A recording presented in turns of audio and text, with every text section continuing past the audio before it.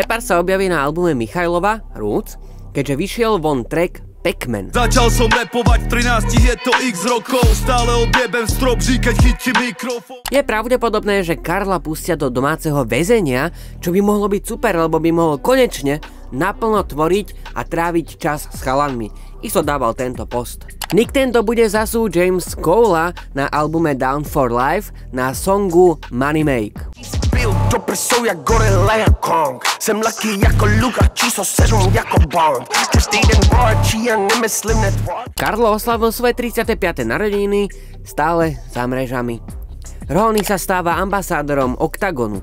Veľa ľudí sa čuduje tomu a nehodí sa im tam, ale napíšte vy do komentu, čo si o tomto kolabe myslíte. Je sa dostal do zoznamu nepriateľov Ukrajiny po tom, čo bol na nejakej akcii v Moskve. Z tohto zoznamu ho však už dali preč, ale aj tak je to zas klasický, je bizar, komu sa toto stane. Kendrick dáva von klip k Drake dissu Not Like Us a za mňa dosť kvalitne spravené, aj tie choreografie, celkovo sa mi to dosť páči. Eminem už 12.7.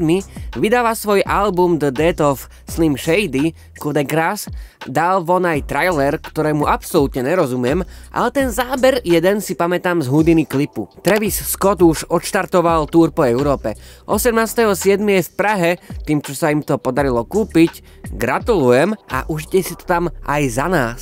Bronny James, syn Lebrona, bude mať číslo dresu 9 na počesť Juice WRLDa. Rest in peace. Post Malone oslavil svoje 29. narodeniny.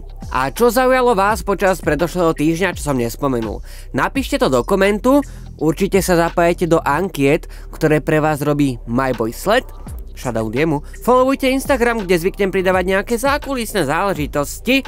Dajte odber, je to zadarmo a budem rád za to. Každý týždeň vo štvrtok vychádza nový rapový týždeň, čo vás ako fanúšikov hudby môže určite zaujímať. Týmto sa s vami lúčim a vidíme sa na budúce.